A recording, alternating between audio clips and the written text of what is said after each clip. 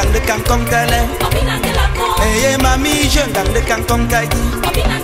Oh, hey mami. Hey me je gang de kang chek tale. Hey mami, je gang de kangkong tagi. Akong tagi, ngate la pergi bo. Achek tagi, ngate la pergi bo. Hey me je gang de kang kukule. Hey mami, je gang de kangkong tagi. Hey mami, je gang de kang chek tagi. Hey beli je gang de kangkong tele. Hey mami, je gang de kangkong tagi. Yo, nidi nu nong marame mami ga. Yega nidi nu mi ma chue nangale. Yega nidi nu nong marame mami ga. Yega nidi nu mi ma chu for nangamba. Yega nidi nu nong marame mami ga. Yega nidi nu mi ma chu for nangamba. Yega nidi nu nong marame mami ga. Oh, wa. Nidi nu wa, nidi nu wa. Nu nong marame mamiga. Didi nu mi ma chu for nangale. Oh, gang le gang. Ega. Yanga.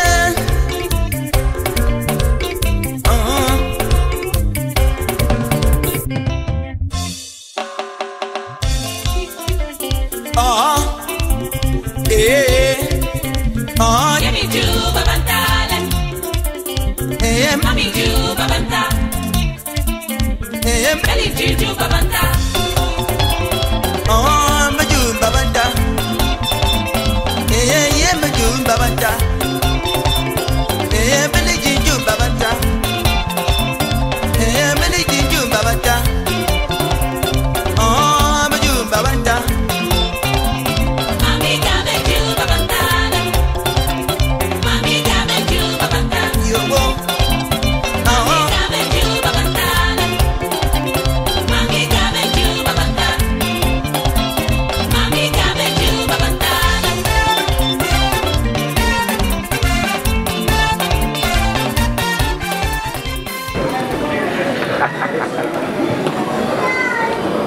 Thank you all for being with us today.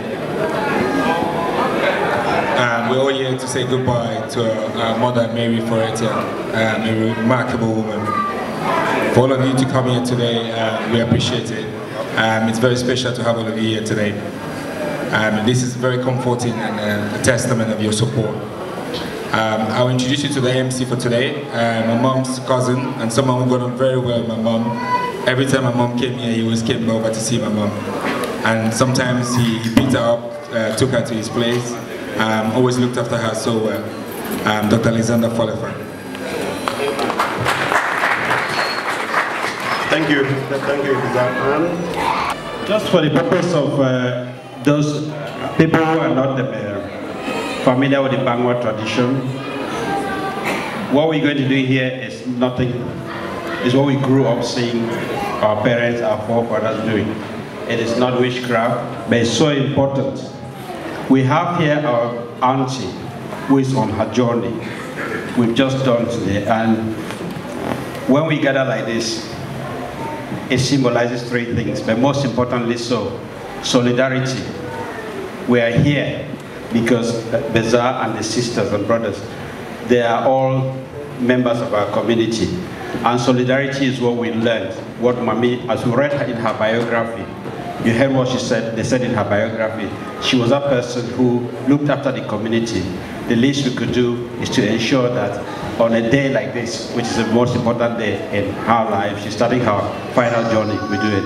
And we're going to effectively call here the ancestors to ensure that they bless this occasion, so that whatever we are doing here today, we are saying that whoever has walked through this door has come in with good heart to ensure that we do what we're doing today to make sure Mami has a very befitting journey. But at the same time, we're also calling on the ancestors to ensure that the path is as smooth as can be for her, so that when she goes back, she rests in peace profound until our own day when we join her. So I'm going to switch now into Bangwa. I think I just quickly point out who I am. I am for Sengong Fontem. That is my traditional title as the Bangwa chief here, and from the Fontem family. But most importantly, I'm sure even the children themselves may not be aware, the Foretia family, which Mami was married to. There's a very important stock in the Foretia family, not in Akawung, Foretia. I am actually a great-grandson of Akawung Foretia as I sit here. Many still might not even know that, but there you are. Even though Mafo Akawung Foretia was my grandmother. There you are. You're learning. And that's why this opportunity, Mami is giving us an opportunity to teach the history, teach the culture, teach everything. Move for saying one time, no for, and come go out walk, and come go, and then make a manya, yes, a bumbegi, I go for. Dinkum, make a manya, so come for them, and about come for them, I will, and come out of the gong. Ale kontagi ngui kongo for saying jiwo. Then, there is my colleague is here right from the Palace of Bamun. It's a pleasant surprise, actually. I'm really impressed. Chief Fed Martin from the Bamun community. And then, of course, I'm not going to talk about you first. Let me come to Mafo for Tanjikem. Jibo say, Mbe Asomani. I will say, Mafo for Cheata. I will, then, small brother again, Ben Alemanji, professor. I will say, then, of course, there is Bazaar here that I was talking about.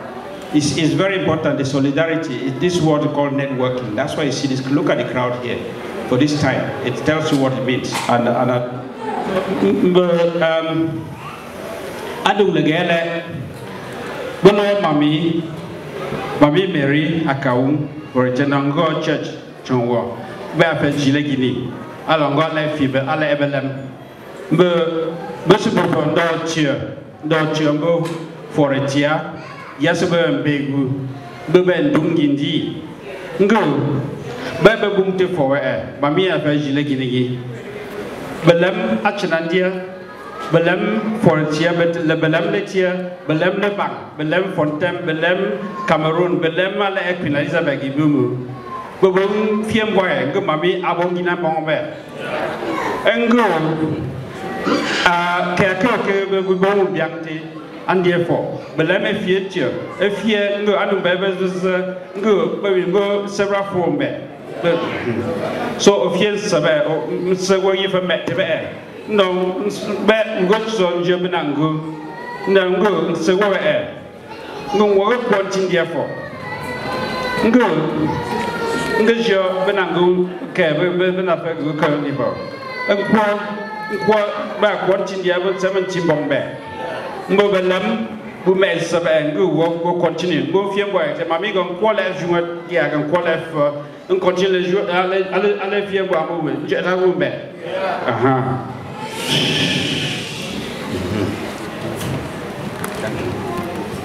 Move swiftly to eulogies.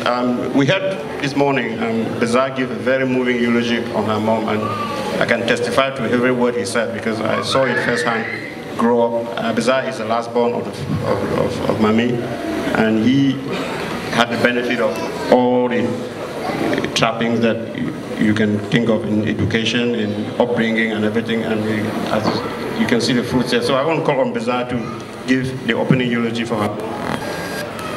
It's a horrible feeling to lose a parent. Made even worse due to the sudden nature of her departure. My darling mother, who I fondly call Remy, is no more, and I'll miss her dearly. The past few weeks have been emotional, challenging, and most importantly, a wake-up call. Death is cruel, but there's hope in despair. Even in mourning, I would like my mother's eulogy to reflect who she was and how she lived. I also hope that together we may acknowledge and share our joy in the gift that her life was to us and the pain that her departure brings. In sharing joy and pain together, may God lessen the pain and the joy be remembered more. My mother was a firm believer in peace, very loving, kind, and most of all, God-fearing. I developed a decent work ethic, strong drive, confidence, and ambition thanks to my late parents. My mother showed me the way to God, taught me how to pray and to forgive. What more can one ask from their parents? When I went astray as a teenager, my mother gave me a second chance, third chance, fourth chance, fifth chance, never-ending chances. This is how she lived with everyone. My mother was quiet, strong-willed, very observant, and a firm believer in peaceful dialogue. My mother was a source of strength, never waning in her support and unconditional love for her family and friends, even when times were very hard. I am incredibly proud to be Mary Foretia's child. She gave me everything positive, taught me how to love one another, and to put God at the forefront of everything I do. I find comfort in the hope that my mother and father are together again, resting in peace.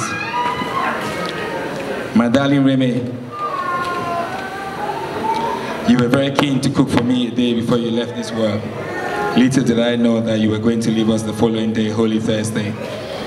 The legacy you leave behind is the love and care for your family, perseverance through adversity, and trust in God.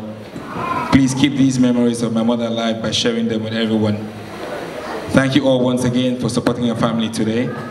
May God guide you all safely back to your homes. Go where my wonderful sweet mother, first love, friend, advisor, confidant, and source of hope. Thanking God for the great relationship I had with you and for your unconditional love. God bless. And hear from his voice the authenticity of what he's saying. Right now, we were expecting Father Sam Ophir to lead us in prayer, but unfortunately, Father cannot make it. He is busy with other things in the parish. So we're going to call upon us. So I'm going to call upon her to lead us in, but also to give a little bit of introduction to the Foretia family in terms of what she knew and what. Call upon Sister Clara, please. Hello, hello. Good afternoon, everyone. Thank you all for coming and honoring my father's wife and a friend of mine. She came to our family young. We were friends. We would play together, sing together, and the situation makes me feel sad to a point where I really don't know what to say. But to say thank you to all of you. She's been a wonderful person, very family oriented. She would do whatever it takes to help when the need be. And for me, I have lost a wife, a friend, a grandmother for my own children.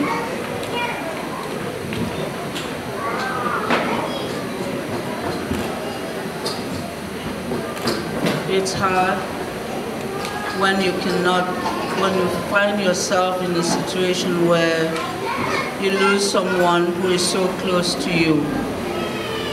In most cases, like me, it becomes very difficult to talk. But all I can say, your blessings, your prayers for her journey is important. Thank you, ladies and gentlemen. Shall I say a prayer for all of us to maybe share the meal? I'm used to saying the regular prayers like the rosary. I don't know how to say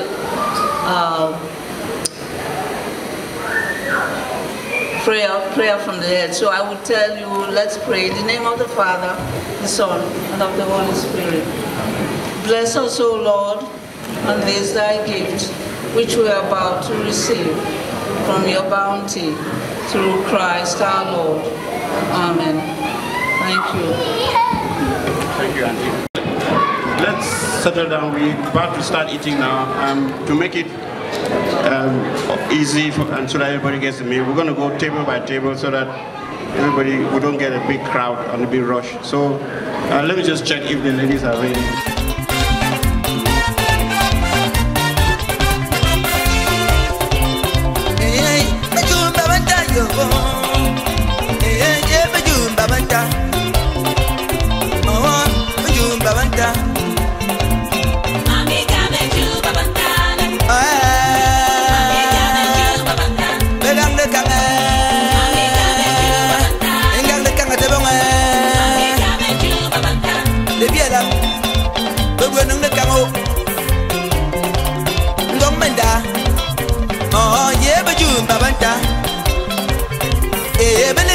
Babanta, oh yeah, but you Babanta, oh Belgian June Babanta, yeah, but you Babanta, oh yeah, Belgian June Babanta,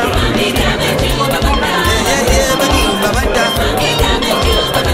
oh Belgian June Babanta, come on, look, come to me, Fosi for more. From the bank, okay. For the bank, for me to wait you. Come and say, oh yeah, but you Babanta, yeah, Belgian June Babanta, oh yeah, but you Babanta, oh Belgian June Babanta, oh but you Babanta, oh Belgian June Babanta. Yeah, but you Babanta. Oh, Belgian June Babanta. Oh, yeah, but you Babanta. Oh, Belgian June Babanta. Mamma,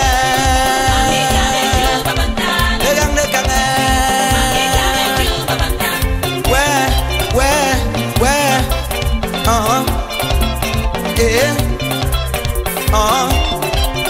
Yeah. Oh yeah, but you Babanta. Yeah, but you Babanta. Oh, Papa, you Babanta. Yeah, Belgian you Babanta. Oh, Belgian you Babanta.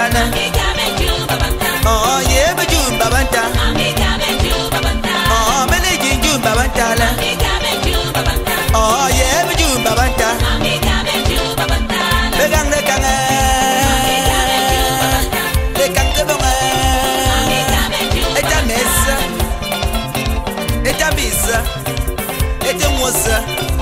Okay, we will go.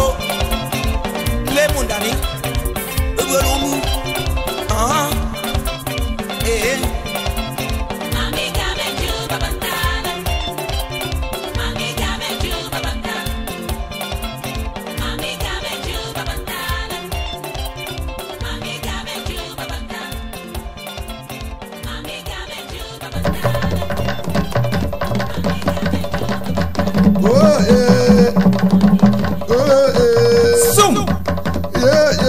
No,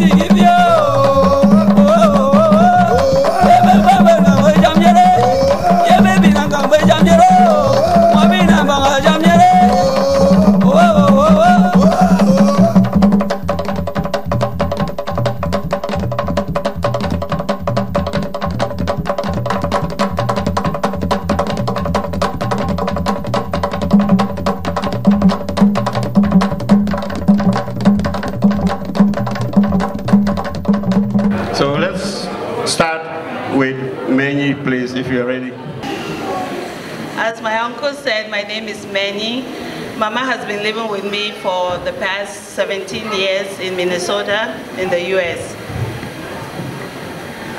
My mom she gave birth 7 times, She has 6 living kids.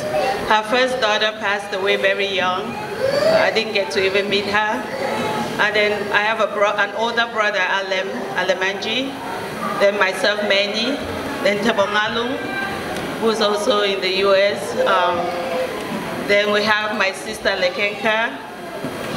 She's already gone ahead to Cameroon to prepare stuff. Then we have Beja, who's the last born. I tried to put down some words that describe my mother. Many people believe I was my mom's favorite child, but that's not true. Beja was her favorite child. I was the one that was easily bullied to do stuff and who could be guilted into doing things for her. So she knew she could get away with so much stuff with me. So I seemed to be the favorite child, but I wasn't. And also, she thought she could get me to do stuff, but that wasn't true. It was because when my dad was dying, he said, I give your mother to you, you take care of her as I took care of her. So I've always felt like it's my position. She was spoiled rotten by my dad, so I felt it was my job to just keep doing that. And a few times I'll remind her that Papa is no longer here, so don't expect the things Papa did for you that I would do them. But she always could get away with making me do stuff for her. April 18 is a day that will stay with me for a long while. Over the years, it's going to fade away, I'm sure, because that's the day Mom died. Holy Thursday is another day that will stay with me too forever, because she passed away on Holy Thursday. Normally, on Holy Thursday, I have some priests. I call them my priest father or priest brothers or priest friends or priest sons, and I call them or text them on Holy Thursday, thanking them for their sacrifice as priests. So, but unfortunately, that Thursday, for some strange reason, that did not happen. And maybe it was just a premonition of what was going to pass later on that evening. So, I would like to talk a little bit about my mom from a daughter's perspective. My mom was a pillar of the family. Since from childhood, I'd already known that, because Mom, everything revolved around her. They always say the statement that behind any successful man is a very strong woman. That is a very true statement in my home. Without my mom, to be honest, I don't think my dad would have been as successful as he was. She took care of the rest while Dad could go about and be his successful self. I mean, into adulthood, my mom has still been a pillar in our family. She has been almost everything to me for the past 17 years that we've lived together. I call her my personal assistant, I call her my secretary, my time clock, my calendar, my confidant, and we've moved past a mother-daughter relationship into a friendship. We're more as friends than mother and daughter. So her passing away is really difficult for me, and I wonder what I'm going to do. Having lived with her for 17 years. She's been there from when my daughter was born, and even my son Joseph. I think my kids are more attached to her than they are even to me. Mom was a very supportive person. She was a homemaker and dedicated to supporting my dad and us kids. She was also very loving. She remembered all birthdays and anniversaries and offered masses for her kids, prayers for her kids, grandkids, loved ones, her brothers, sisters, friends, all of them. She remembered everybody. Sometimes I wondered how she kept track of all these birthdays and having to offer masses for all these people. As I came to London, there was a book on the shelf, and I took it and I opened it, and I saw all the birthdays reading throughout the year. And her pen was on the next birthday coming up, which was mine in July 10. Mom wasn't only loving to family members. As she passed away, some childhood friends of mine that had lost track of them called and were crying And I'm wondering what's going on here. They said Mom had been in contact with them all these years. One of them said to me, everyone abandoned me, but Mom never abandoned me. She had kept in touch with all these friends of mine throughout these years without even saying anything to me. Her grandkids were very special to her. Especially Stephanie, my daughter Stephanie, and my son Joseph have been, like, I would say, the closest grandkids to my mom. I still remember Joseph fighting with Mom every morning. It was like a routine, Monday through Friday. Mom would stand downstairs and scream at Joseph, "You're going to miss the bus." Joseph, "I'm not going to miss the bus, Grandma. You're going to miss the bus. If you miss this bus, if you miss this bus, Grandma, I'm not going to miss the bus. You're the slow one. Start walking." Every day the same talk. Every day. And I say, "Ma, why do you quarrel with Joseph all the time?" He said, "No, that child always slow, slow, slow." And I'm just going to dance since I have the Bar family and say, "Slow lady Bar family." They follow. And then they will fight over the remote control. It's my turn to watch TV. No, it's my turn. Grandma, you've spent 2 hours watching your show. It's my show. So Mom made the house lively. 5 a.m. you could hear her on the phone talking to Cameroon. And Joseph would say to me, "Grandma again, do you hear Grandma? Oh my goodness, why does she have to talk that loud?" I'm like talking to Cameroon. And same with my older daughter Stephanie, because Stephanie likes to throw things around, and Grandma was very orderly. So it's always, "Genyi, come and put your things together. Genyi, don't mess up my room." So we were really a very close-knit family with Grandma. She was always smiling. Anyone who knows Mom knows that you always see a smile on her face. It didn't matter what was going on, whether she was weathering terrible storms, she would always keep smiling and always say, "I surrender everything to Jesus." So despite all these good things about Grandma, Grandma had a temper. You didn't want to be around her when she got mad. It wasn't that often, but she could really, really get mad. And whatever was in her hand when her younger days, she would throw out at you. But over the years, as years went by, as it happens to most of us as we get older, we get to temper all those, let me say, bad habits. So she had become calmer, a lot more forgiving, a lot more understanding, and she would forgive people, things that I would really doubt, that I would find difficult to forgive them. But she would just say, "Well, you know, I don't know why this person is doing this or that to me. Well, I offer it up to God." The other side of Mom, she liked to party and dance.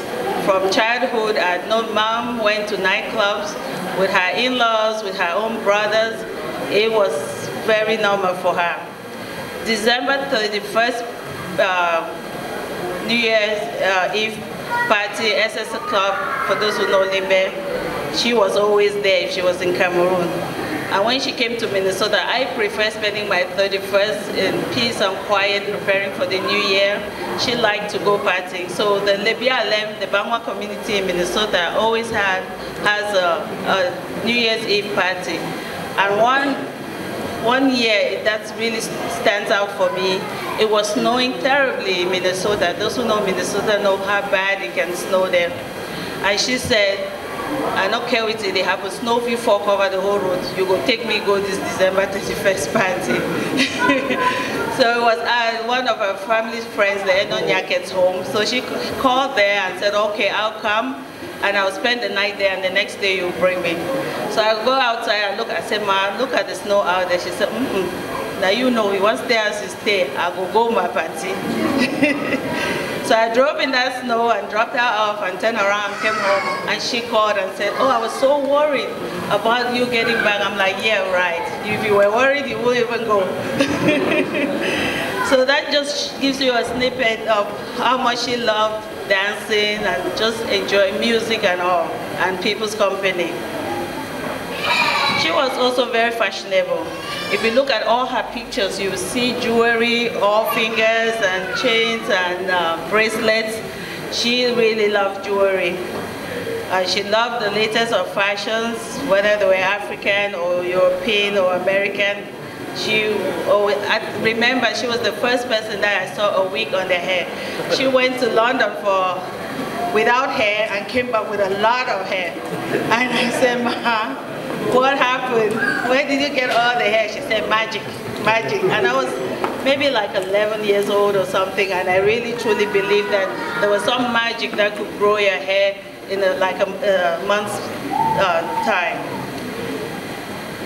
That brings us, she loved traveling, and she had a husband whose job took him everywhere.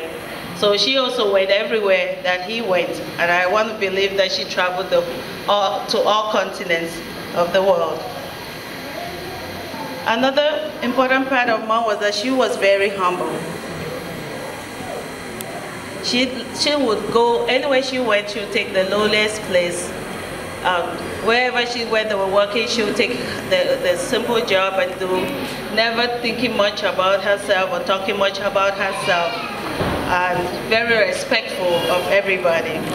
I remember as a child, and something that stuck with me, I want to say primary school, sometimes we were picked upon and pinched and called all sorts of names. So one time I was treated badly and called the rich man's child, which was strange to me. So I went home and said, Ma, are we rich? She said, no, we're not rich. We just have enough to live by. And that stuck with me. And I've always thought about us in that way, that, oh, we just have a little bit more to take care of ourselves. She was not a pushover anyway. She would let you know what she thought. She was feisty, very argumentative. Now, she and my brother Tebong and my sister Lekenka, they would fight all the time. I rarely fought with her because I just knew who she was, and I don't care about winning arguments. So when we get to a point where I know she's not letting go, I'll just say, okay, ma, whatever. But my brother and my sister are just like her and don't like losing also. So she could go on and on arguing with them. Mom was also very prayerful. As we know from her death, she was on her way to church. And after I calmed down from hearing the bad news, I told Beja, when you go to get her things, make sure you let me know if you see a rosary there and her scapula. Because Mom had this habit. Whenever she went walking, her rosary would be in her pocket, and you will see her mumbling. She would be saying her prayers and walking. So I know that as she was walking to church, she was most likely praying her rosary, and she had her scapula on. She prayed the rosary daily. She prayed novenas for family members' devotions, always offering masses and prayers for everybody, whoever she knew had an issue. 2 days before she passed away, she was in Switzerland with my cousin Valentine and his family, and she called me. I was at work. And I saw a missed call, and I almost did not return that call. It was just like one of her stories. I'll call her later on. But then something said, just call her back, and I'm so happy I did. Because I called her back, she spoke a lot, which now I know were her last words to me, her final advice and talk to me. And in that she said the best thing Valentine did for her was take her to the Maria Stein Shrine in Switzerland. She said, I went there, I prayed for everybody. Everyone I could remember or had issues, I prayed for them. And I also prayed for myself, and I left all my worries and all my pain there. And I am so joyful, I'm so happy. And she kept repeating the joyful and happy part. I'm so at peace, I'm so joyful. And she said to me, Mandy, when you come to Europe, you have to go see this Maria Stein Shrine. That is a very peaceful place to go. So I know that in those last moments, maybe God gave her the opportunity to cleanse herself and prepare herself without her knowing that she was preparing herself. Her last year was spent traveling. She went to Toronto, Canada. She traveled all over the US to see family in Maryland, Florida, Texas, and then she came to Europe. And somehow looking back, it was like a journey saying goodbye to everybody, cousins, siblings, friends, grandkids all over the world. Now, I want to say, when Mom passed away, my first thought was despair. I was like, oh God, how could you let Mom go away, die without any of us kids there to hold her hand, to give our last words to her? But God in His infinite mercy sent a lady who was present at the park where she got sick. And I would like to share that as a final thought with everybody. Beja met Mom on the way going to church. So she stopped and he stopped and talked to Mom and said, do you want me to call a taxi? She said, no, I just like to waste money. I'll just walk and so catch my bus go. And that's very typical of Mom, just not wanting us to waste money. So we just said, okay, and we went home. So apparently, Mom walked across and went into the park, and she most likely wasn't feeling well, so she sat down. So she sat and was struggling breathing, and this lady, the white lady, came by and sat with her, and seeing her struggling, was calling the emergency services. So another lady was passing by. This lady called the other lady to come help. This was a Caribbean lady, a black lady, and she was at church this early afternoon with her husband. So this lady came and sat with Mom and just started praying with her. I don't know why. I haven't spoken to her to really find out why she just started praying. So Mom continued struggling, so they decided to put her on the ground in a recovery position. And I think the report says a bystander started CPR on her. So she said she continued praying until the ambulance came and took Mom to the hospital. So the ambulance was there in 8 minutes, which is, for any medical person, that is excellent time. So think about that. If we saw someone struggling, would we be there to help them? My mother was in a foreign land, in a foreign land. 2 strange women came to her aid. And I think that's a lesson for each and every one of us to take home with us. That we don't need to know someone to help them.